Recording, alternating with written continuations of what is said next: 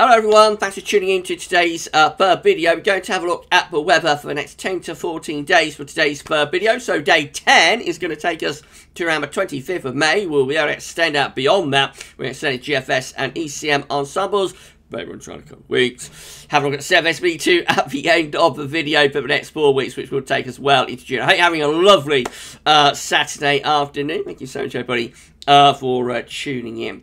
Just say about the first video released today was our 7 AM upload, and we also released weekend forecast as well. Check out those 2 videos if you would like to do that. Please like, share, subscribe on all the videos. Thank you so much, everybody, for doing this, GavsWeatherVids. And let's crack on, then, shall we? So we'll turn off the webcam and go on.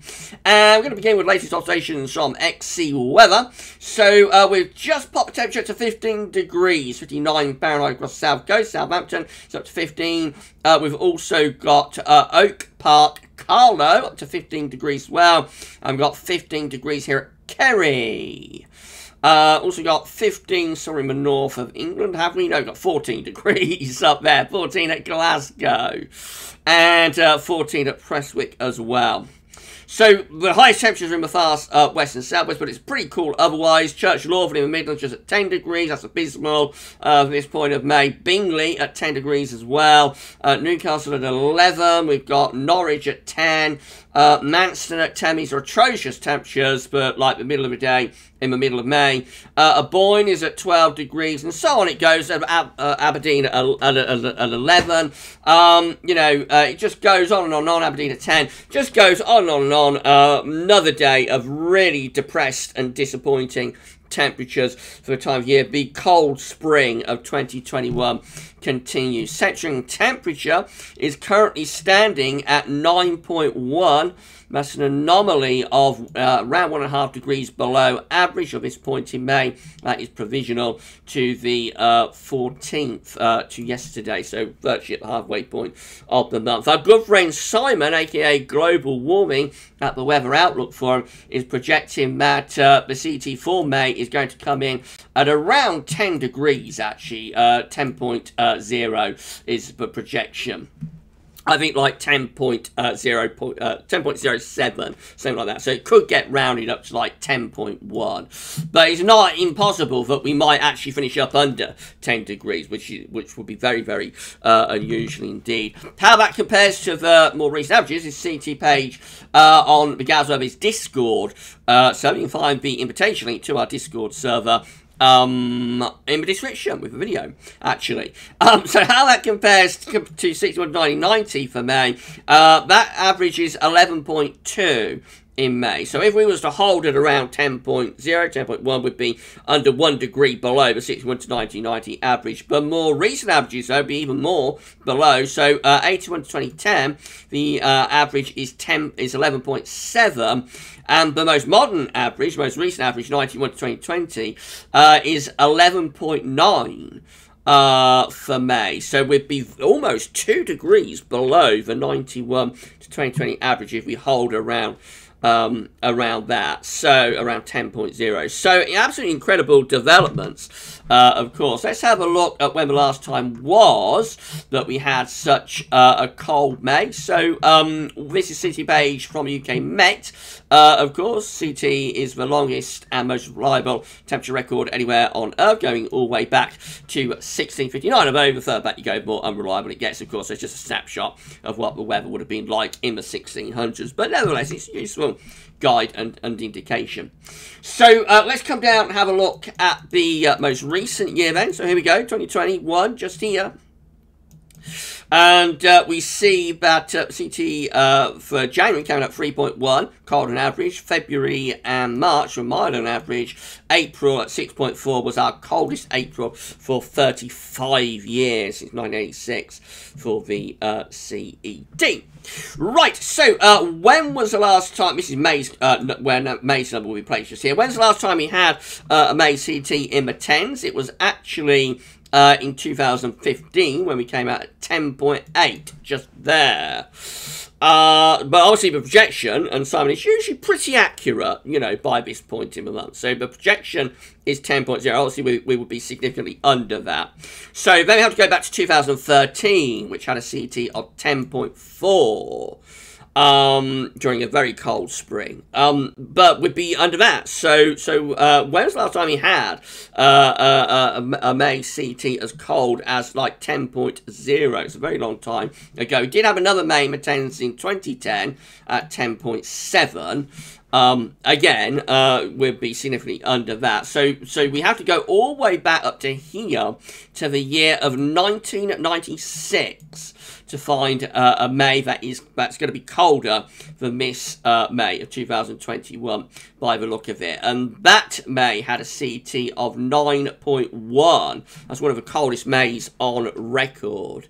And the last time that May was under 10 degrees. Remember, there's a possibility that this May could come in under 10 degrees. The projection is like 10.0, but it only takes like 0.1 of a degree under to place us at 9.9, or a couple of tenths of a degree at 9.8. So it's possible we might come in under 10 degrees. But yeah, it looks like we're going to have the coldest May for probably 25 years. That is 25 years, isn't it? 96 to 2021, I think so. So yeah, it looks like we're going to have the coldest May for 25 years after the coldest April for 35 years.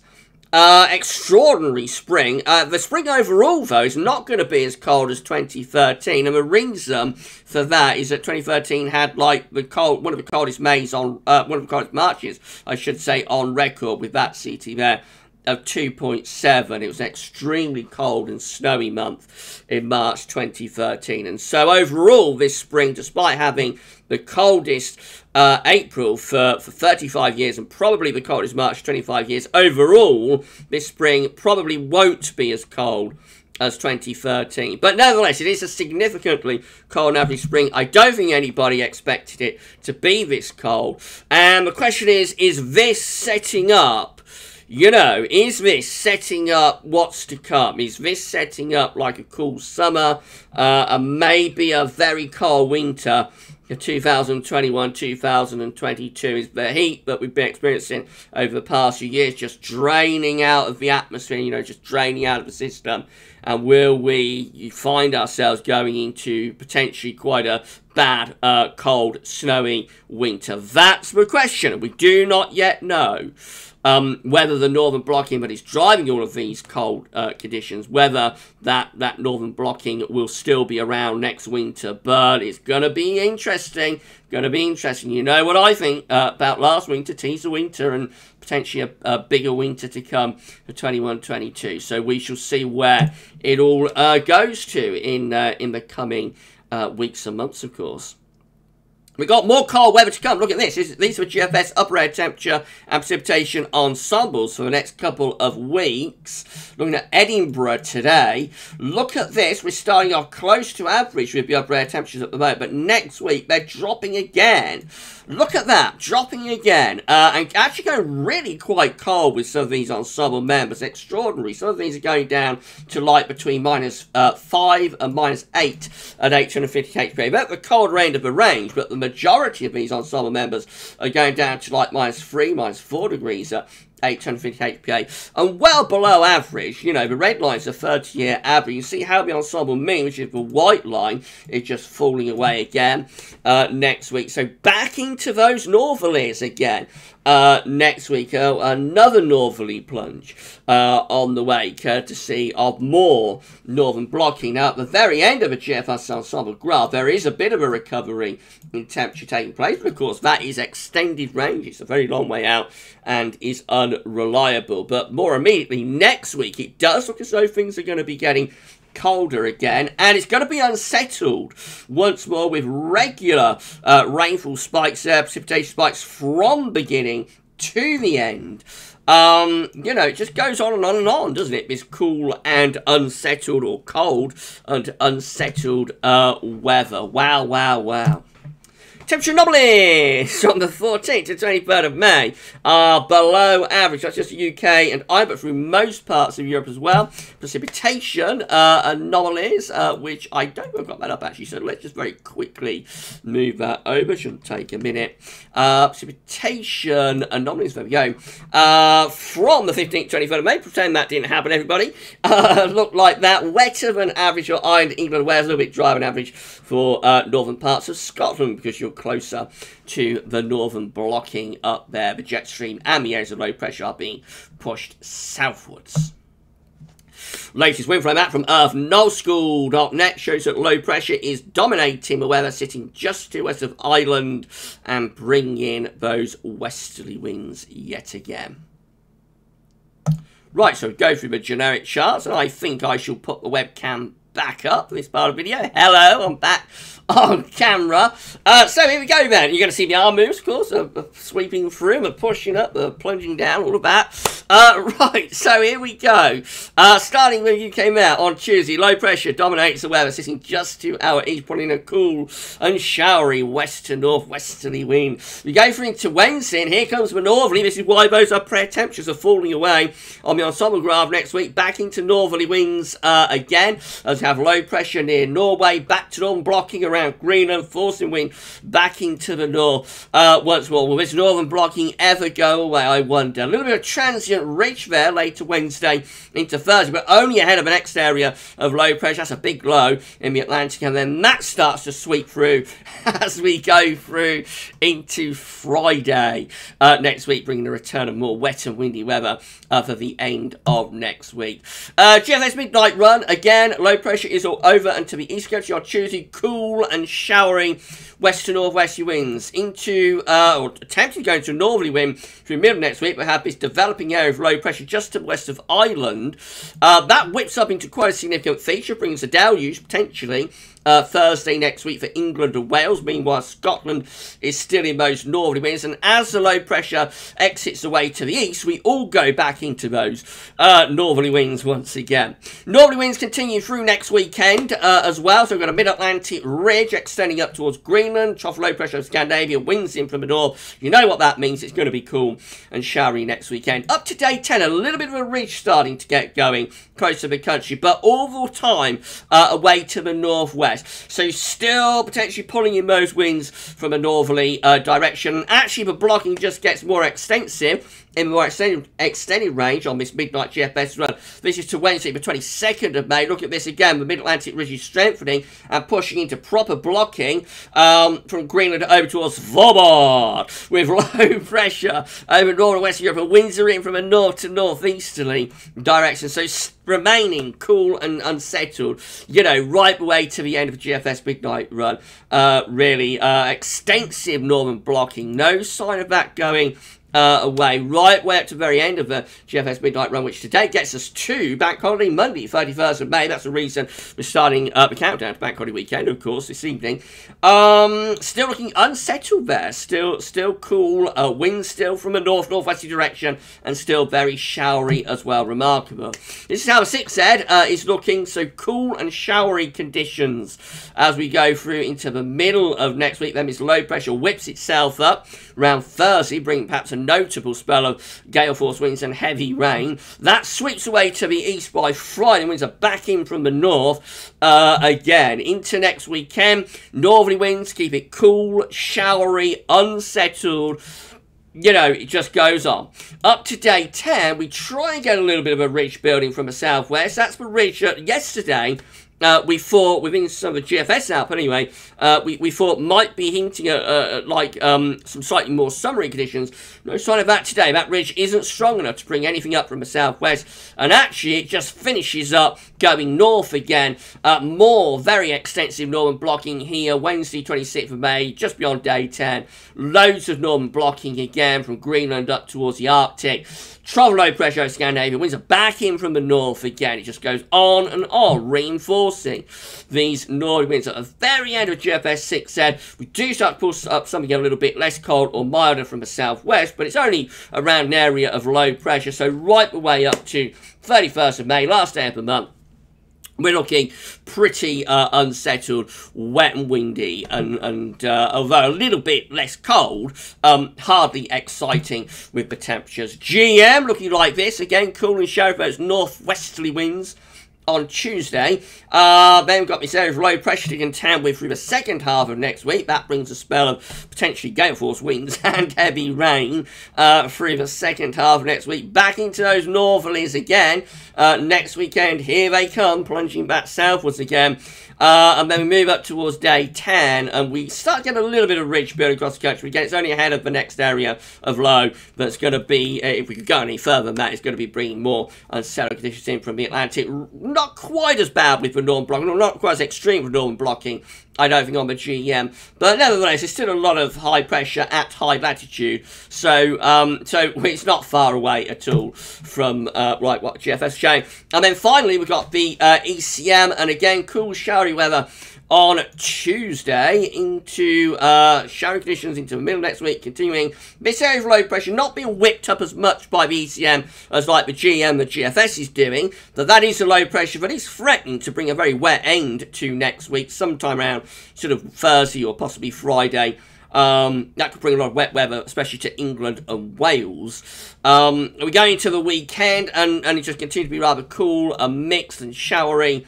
And we finish up with the ECM looking like that. Again, we're strengthening the northern blocking. So you see we've got this area of high pressure going up towards Iceland, extending up towards Greenland as well. Winds going back into the northeast again.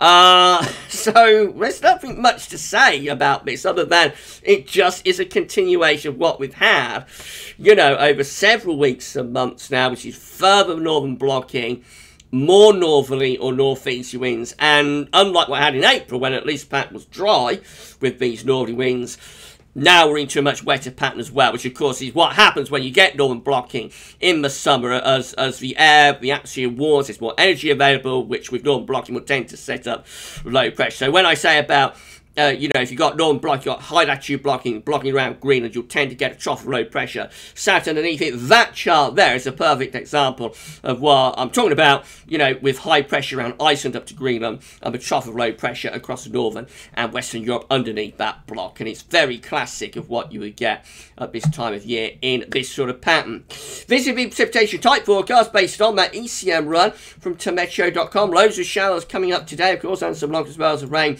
We do it all over again tomorrow, but even more extensive with these showers and potential thunderstorms as well. A lot of them around tomorrow. We do it all over again on Monday. This time the showers are more for central and east areas, a little bit drier, perhaps to the west and the northwest. Tuesday could be a rather dry day, but still showers around. And the showers then just keep coming until the second half of next week, when this massive rain then threatens a bit of a washout later next week for England and Wales. Notice for Scotland, the showers are turning a little bit wintry later next week as well. That's pretty interesting for the second half of May, and unusual. And more showers continuing then right the way up to day 10, with some longer spells of rain mixed in too. Right, let's just turn webcam off, and we'll move on to the options on the table within the ECM ensembles via the Icelandic Met Office. So these are the options that are on the table within the ECM ensembles today for day 10, which would get us to the 25th of May. We have 16 members of the ECM ensembles for day 10, showing high pressure to our west, which will bring the wind in from the north-northeast. So that is getting a little bit drier, but it's quite cool. 14 have a mid-Atlantic ridge extending up towards blocking up here, with a trough of low pressure to our east. Winds are in from the north to northeast. That's cool to quite cold, and unsettled. It does include the operational run. 10 with high pressure way to our northwest, low pressure to our southeast. That's going to be bringing in wind from the north-northeast. That's going to be cool as well. 9 down here, probably the warmest option. They've got a Scandinavian high and a ridge over France, which could pull the wind up from more of a southerly direction. Generally, most of those options are looking quite cool, though, at day 10. Maybe even pretty cold, and some of them are rather unsettled too. In 2 weeks' time, these are the options that we've got. This is for the 30th of May, into Bank Holiday weekend. We have 12 members of the ECM ensembles with high pressure around Scandinavia, extending a ridge down into the country. So that would be a lot drier, of course. The only thing with that is that we're probably bringing in a wind from a northeasterly direction, so cool and dry with that. 12, high pressure to the east and south, low pressure out to west. That could be a bit warmer, I think. That could be drier and warmer. That's perhaps one of the warmer options available. 10, just here, have high pressure to our west-southwest, so that will be a little bit drier, but we'll be bringing in like a west-northwesterly. 7, with low pressure over and to the east of the country. Obviously, that's going to be just about the most unsettled option and will be quite cool or cold. Another 7, we'll have high pressure away to our west. That's going to be drier but cool. Winds will be in from the northwest with that one. And 3, we'll have a mid-Atlantic ridge up to Greenland. Some lower pressure around the UK as well. That one could be quite cool and showery. So, again, we might see a transition to higher pressure later, or at the end of May now. I mean, we've been talking about this for weeks on end, seemingly, this transition to high pressure. It looks like we might get a transition to high pressure at the end of the month. But where the ridge sits is going to be critical as to whether we warm things up a great deal. And, of course, you know, will it verify? Because we've been pushing this transition to higher pressure back and back and back. So, we just have to wait and see. Finally, the CFSV2, these are 500 millibar heights breaking down to week periods. The first week period takes us from the 15th to 21st of May. The coming week is very unsettled. Low pressure is dominating from the Atlantic. So another cool, unsettled week to come. Week 2 doesn't look much better either. This is the 22nd, 28th of May with a trough of low pressure over Scandinavia. Still with blocking around Greenland. So winds are going to be like northwesterly to potentially northerly there. Week 3 is going to be the 29th of May to the 4th of June with high pressure just to our west then. Bringing the air around that ridge from the northwest.